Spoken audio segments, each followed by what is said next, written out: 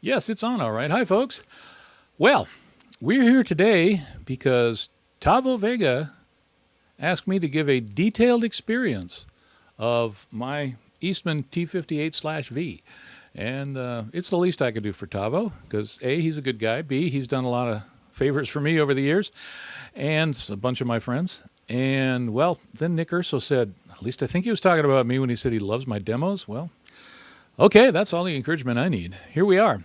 This is, as I may have mentioned, my Eastman t58V. Now, I've been asked for a detailed experience with this guitar. I'll tell you. How did I come to own this guitar? I first saw this at a guitar show out in Costa Mesa. That's the Orange County Fairgrounds here in California. A couple years ago.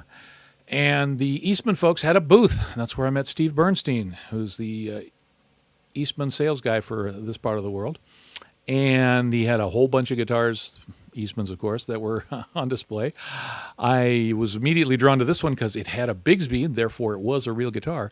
And I played it, I liked it, and it's thought it was pretty nice. But this particular show was a little different because a friend of mine named Irving Romero had a White Falcon stolen sometime prior to this show. And in wandering around the show, I found his guitar for sale there. And I contacted Irving, and he was going to come down and do something about it. And I thought I would hang out in case he needed any help or any moral support at the very least, because Irving can take care of himself. But in the course of doing that, I had a lot of time to kill, so I kept coming back to the Eastman booth and playing the guitar some more and coming back. And finally, Steve Bernstein, I think he got sick of my being around, so he offered me artist pricing on it just to get rid of me, probably. And those two magic words were all I needed to hear, and this followed me home. And so now I've got it, and I've had it for a while. The V in the T58/V model nomenclature stands for either vintage or varnish, probably both, because it is a varnished finish, and it's antiqued, as they like to call it, not relict, antiqued through a proprietary process at the Eastman factory over in China, wherever that is. And they do a remarkably convincing-looking job, because I've had people who know guitars really well look at this and say, man, how old is that? And I had just bought it when that question was posed, and I pulled out the warranty card and said, well, it says it's 3 months old. And they were shocked, possibly stunned. But anyway, it's a convincing, old-looking guitar. And some of the fun features of this guitar are it has laminated back and sides maple, but it's got a solid carved spruce top, which is different from just about every other Gretsch guitar that I know of, and different from most Eastman guitars, although they make a lot of different guitars and a lot of all solid wood guitars. But only one like this with a Bigsby, a solid carved top, and TV Jones pickups. These are TV classics. I know it's more common to put a Classic Plus in the bridge and a Classic in the neck. They opted for just classics in both positions. It's got very few controls. It's got a pickup switch, like you would expect, 2 knobs, volume and tone. But guess what? This one is the tone. This one is the volume. I guess they just had to be different, but that's okay. Once you've played it a couple of times, you get used to it. If you really need to have separate volume and tone controls like you find on a lot of Gretsch guitars, this might be a downside for you, but I personally play them all the way up almost all the time. Anyway, so it's not a big deal. It's got an American Bigsby B6 on it. It's got, it comes with a Tune-o-matic bridge. I have since replaced it. One of the couple of mods I've done to this guitar, I've replaced it with an aluminum True Arc. And I've also replaced the tuners with, which are ping tuners that come with it. But although they look really cool because they're aged like the rest of the guitar, they probably, in my opinion anyway, are not as high a quality as these Gotos that I got from StewMac that are just drop-in replacements. You don't even have to replace the bushings. They just go right in. And the holes line up and everything. The knobs don't look as old because they're not trying to. And I believe it's a bone nut that's aged to look old. I also put some Dunlop strap locks on it because I tend to do that with all my guitars. And that's the only mods I've needed to do with this guitar because it's got everything I need. TV Jones, Bigsby.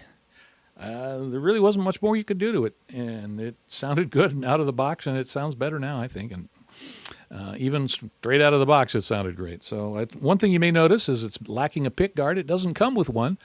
And most of the time I like a pick guard. I haven't really missed this one. I haven't got to the point where I'm taking them off my Gretsch guitars. It could happen one day, but probably not. But this one doesn't really seem to need it. It's got an ebony fingerboard with, looks like Gibson ES 175 style split parallelograms. Fingerboard inlays. And I have it strung up with Tomastic Blues Slider 10s, which I've come to really like as a guitar string. And it's got wood binding. It's got wood binding around the headstock, wood binding and I think that's wood binding even in the F-holes around the body. It's just a really nicely made guitar. And it's made to look a little beat up. There's even, you can sort of see it on the back. No, I guess I can't show you, but you know what a worn neck looks like where the finish has changed color from having a hand run up and down it for so many years. They've gone to the extent of making it look like that too, which is kind of cool. But enough about how it looks. How does it sound is the question I can hear you already asking. So let's go through it. Let's start with the neck pickup. Again, that's a TV Jones classic.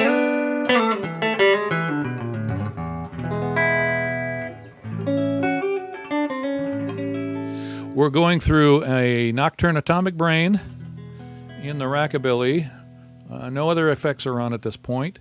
And then it's into a Quilter Micro Pro Mach 2 and using the DI out of that into the board, and that's how we're getting this recording.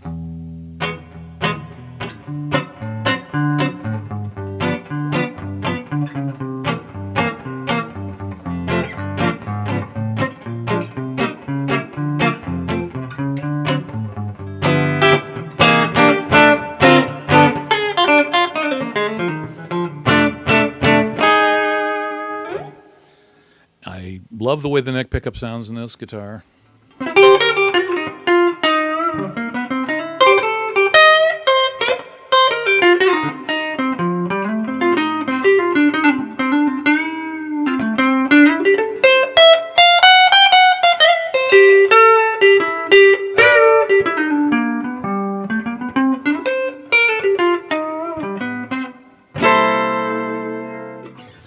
Middle position is great for that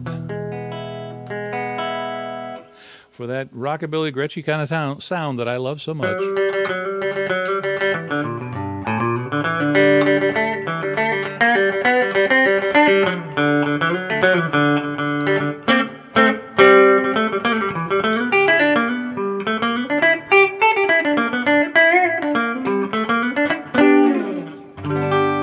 And the bridge pickup, which is just twanging as all get out.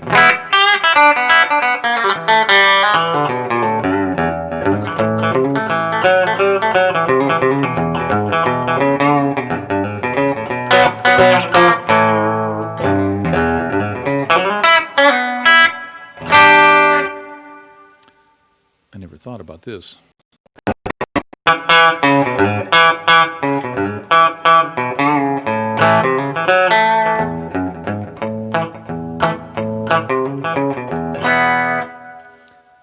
Does a pretty decent job of that. I'm going to take my level down on the guitar because I just noticed it was clipping the hell out of that when I was pounding on it. And that's the three positions. It does effects really well. We can start with my favorite, the delay.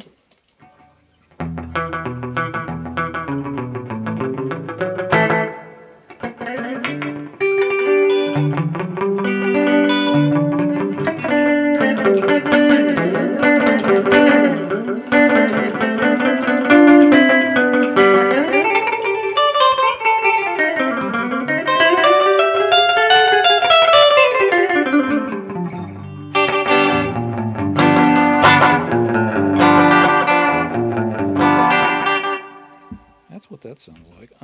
Overdrive does really nicely. This is a Nocturne fluid drive.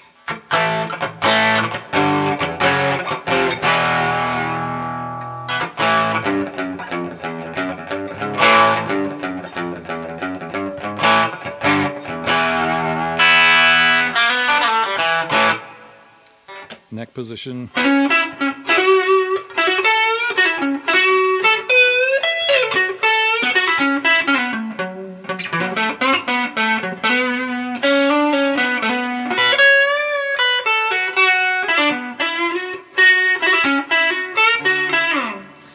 like that. In the middle position. And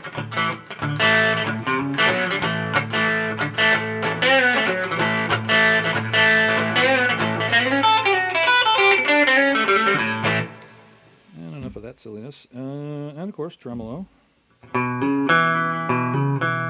Or not.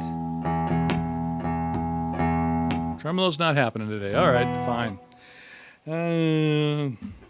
Chorus.